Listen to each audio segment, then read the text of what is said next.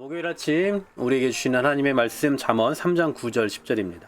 내 재물과 내 소산물의 처음 익은 열매로 여호와를 공경하라. 그리하면 내 창고가 가득히 차고 내 포도즙 틀에 새 포도즙이 넘치리라. 아멘. 자, 오늘 9절 말씀은 상당히 좀 현실적인 말씀입니다. 자, 보십시오. 내 재물과 소산물로 여호와를 공경하라. 자, 쉽게 말하면 오늘날로 표현하자면 돈을 갖고 우리의 경제권을 갖고 하나님을 공경하라, 이런 얘기입니다.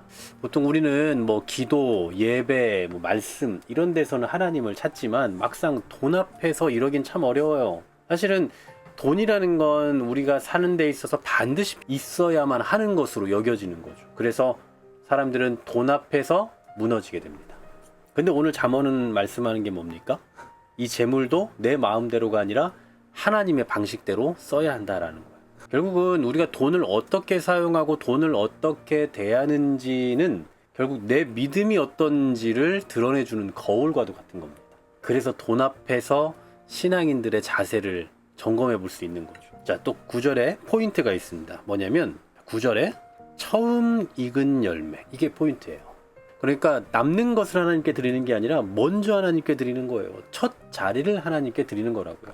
여기서 이 첫 열매, 처음 익은 열매라는 의미는 이건 내 노력의 결과가 아니라 모든 것은 하나님의 은혜로 말미암았다, 하나님께서 주신 것이다 라는 고백하는 그런 의미가 담겨져 있는 거죠. 그리고 이런 마음 속에는 결국 나 자신을 어떤 존재로 인식하는 겁니까? 바로 하나님의 것을 맡아서 담당해야 되는 청지기라는 나 자신의 존재를 인식하게 되는 거예요.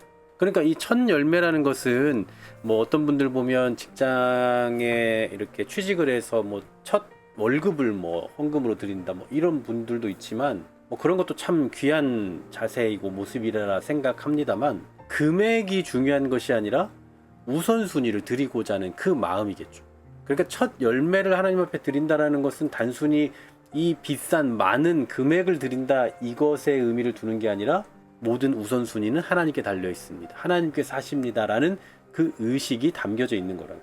자, 그럴 때에 어떤 은혜가 주어지는지 10절 보십시오. 그리하면 내 창고가 가득히 차고 내 포도즙 틀에 새 포도즙이 넘친다 라고 말씀해요.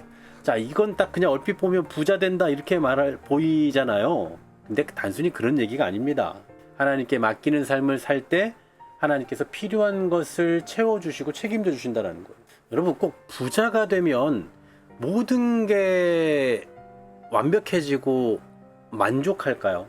그러니까 이걸 지금 이 큐티를 듣는 분들 중에 절대적 의미의 부자가 있을 거고 또 그렇지 않은 분도 계시겠지만, 정말 부자가 되면 정말 많은 돈을 갖고 많은 경제권을 소유하고 있으면 그럼 진짜 모든 삶이 완벽하던가요? 그렇지 않아요. 아무리 돈이 있어도 그때그때 필요한 것은 다른 법이죠. 그러니까 우리가 하나님께 맡기는 삶을 살 때에 하나님께서 우리를 책임져 주신다는 건 부자가 되고 많은 돈을 줘서 그것으로 풍족함을 누리게 하신다, 여기에 초점이 있는 게 아니라 우리에게 필요한 것을 그때그때 적재적소에 채워주시고 책임져 주신다. 그러니까 이 주기도문에서 일용할 양식을 주신다라고 하는 것처럼 그렇게 때에 따라 필요에 따라서 우리에게 더하신다라는 것입니다. 그럼 오늘 본문을 통해서 우리가 묵상해 볼 두 가지는요, 나는 과연 돈을 쓸 때에 하나님께 그 주권을 드리고 있는가를 생각해 봐야죠. 내가 이렇게 힘써서 애써서 벌었는데 라는 의식이 아니라 하나님께서 주신 공간에서 주신 건강을 가지고 이렇게 벌었고 누린다라고 그렇게 생각하고 있느냐라는 겁니다. 그리고 두 번째로는 나는 과연 남는 것을 하나님 앞에 드리고 있는가, 아니면 먼저 하나님께 드리는 삶을 살고 있는가. 여러분, 신앙인들이 아무리 신앙이 좋아도 돈 앞에서 무너지더라고요. 돈 앞에선 정말 장사가 없습니다.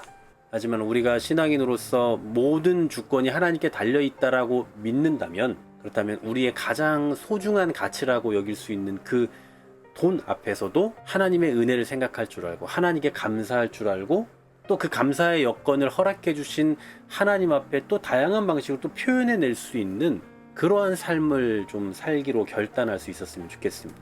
단순히 지금 헌금 이야기를 하고 있는 건 아닙니다. 우리 물질의 그 가치를 어디에 둬야 할 것인지 그걸 좀 분명히 정해보자라는 거예요.